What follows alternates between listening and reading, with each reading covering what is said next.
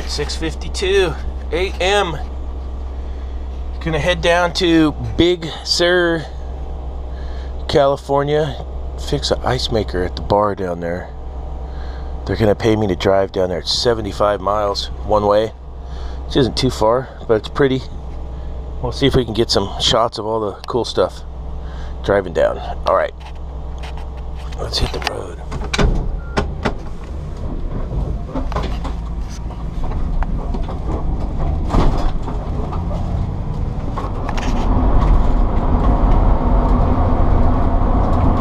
Not a little bad drive out to the job site today, that's for sure.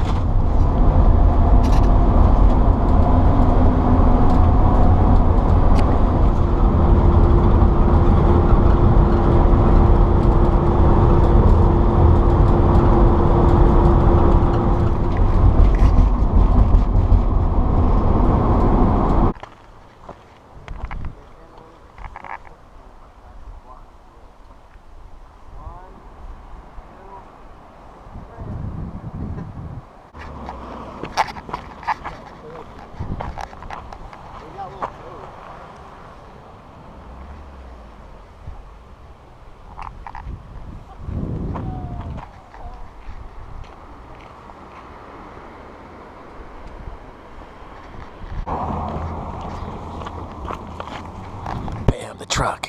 Yeah, baby. Alright, that's the view on my way down to Big Sur. Fix the ice maker today. Alright, let's get to work.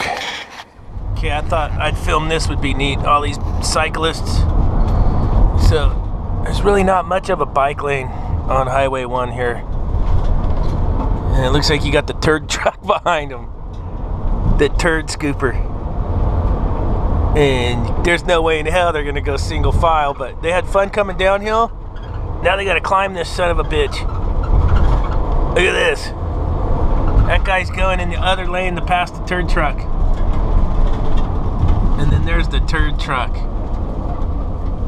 Let's see if I can get a shot of these guys. There goes the turd chaser. But look at, he's gotta go in the big old lane, so if a car's coming, you're totally fucked.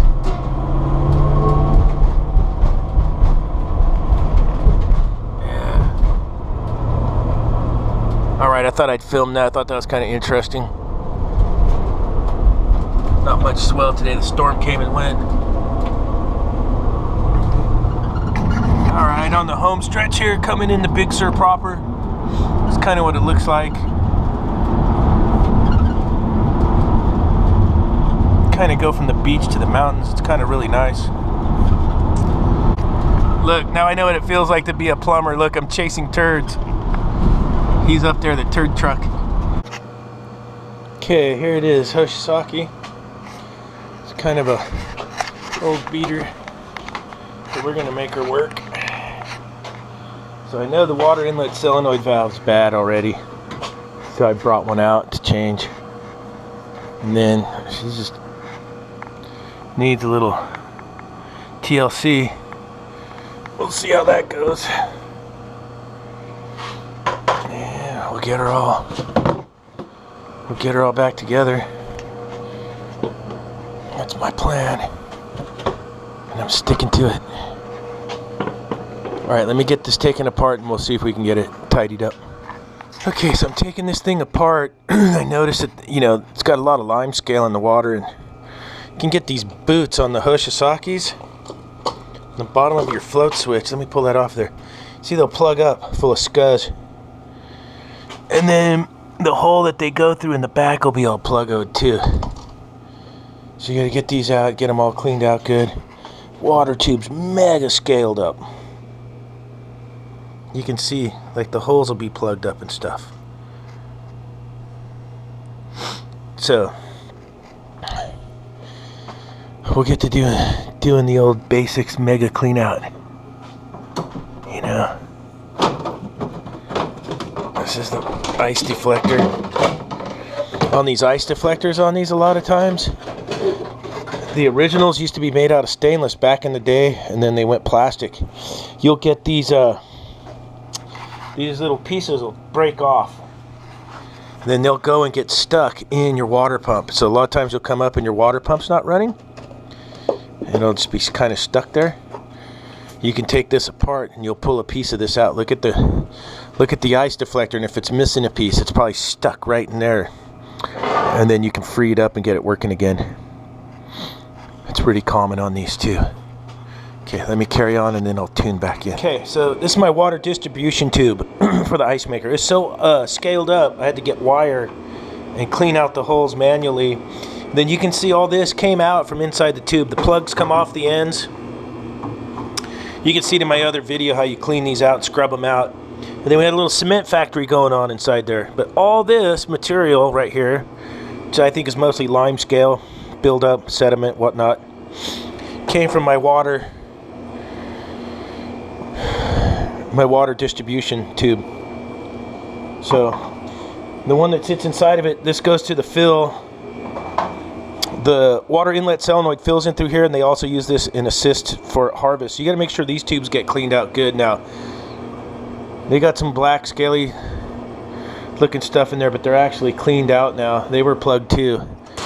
And sometimes you just physically got to strip out some wire and then make a little poker and then just go through and poke them out as best you can. Go down the line and get them all cleaned out. Alright, we'll get ready for the rebuild. Okay, I got my water tubes cleaned out, reinstalled. I got my water inlet solenoid valve replaced. Put all this back together. I got a bunch of coil cleaner on the condenser. Hoshizaki's pull the air from the front to the back. And I got the coil cleaner on both sides. And we'll thoroughly wash out this condenser. Now, I'm going to go ahead and recover the charge and weigh in a fresh charge. And you said, why are you doing that? Why not just check your operating pressures? Well, you know, 75 miles from home, I can recover the charge, weigh it back in. There's nothing wrong with the gas that's in it. And see if I have a full charge and make sure I get my 1 pound 10 ounces of 404A. Then I got a baseline. There's no guessing game. And then I can start timing out my ice cycles and watching my ice pattern and check my production. It's kind of the way I was taught. Especially this one's old. You can see all the writing on here. This thing's been wrenched on a bunch. Many a times. Wow. So I'm going to go ahead and get cracking on that. Okay, I've recovered the charge, pulled the vacuum. I'm going to weigh in a fresh charge. We've came over and cleaned the condenser out. So I'm going to weigh in the fresh charge. Then we'll be ready to make some ice. So let's see what we got going here. I'm all clear. Ready to go. It's going to be 1 pound 10 ounces. Let's see.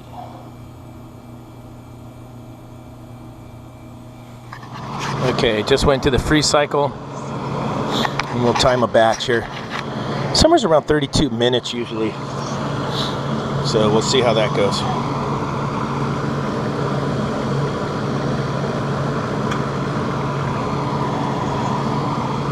Analogs today. Old school. Alright, started the free cycle. 54. 18 degree evaporator. We'll see where we're at the end of the free cycle. Or actually even 5 minutes in, we'll see on Hoshizaki. Okay, so I'm in the back of the van here. This is my van. Crawled back here. It's a little messy today. Get your tech spec book. Hoshizaki tech spec 134 and 404A. This one says H models. I'm at MAH 500. Let me find our chart here. My ambient's closest to 70. I think I'll make 480 pounds of ice. If your water's 50, I'm closer to 70. Cycle freeze times 32 minutes. Okay, we got the timer going inside. My harvest time 3.3 minutes. High side 268. Section 53 right there. So we're looking good.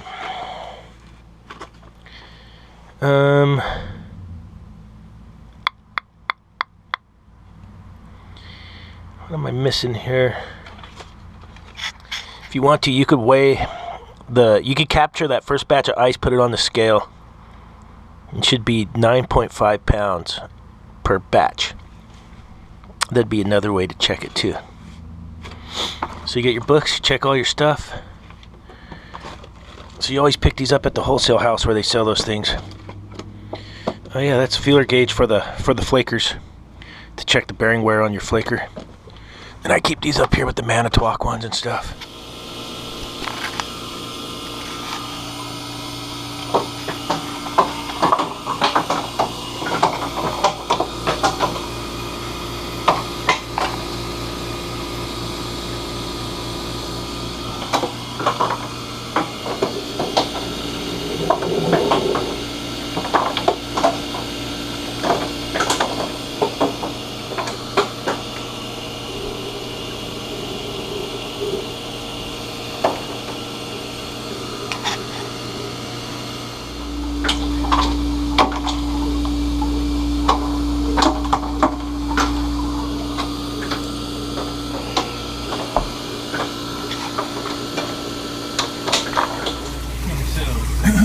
Couple batches of ice, and I don't know if you can see that down there, but what I found was the drain was plugged.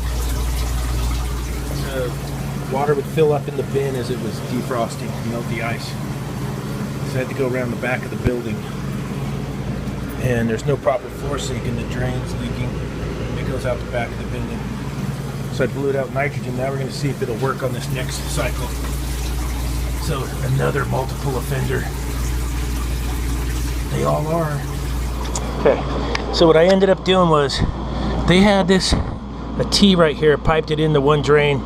The water would back up into the bin and melt the ice. You gotta have two separate drains on your ice makers between your machine and your bin.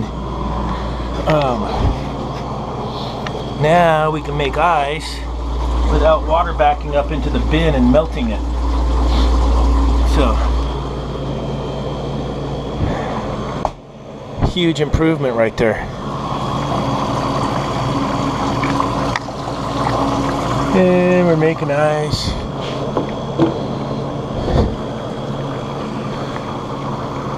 And we'll see how she does here. Okay, thanks for watching.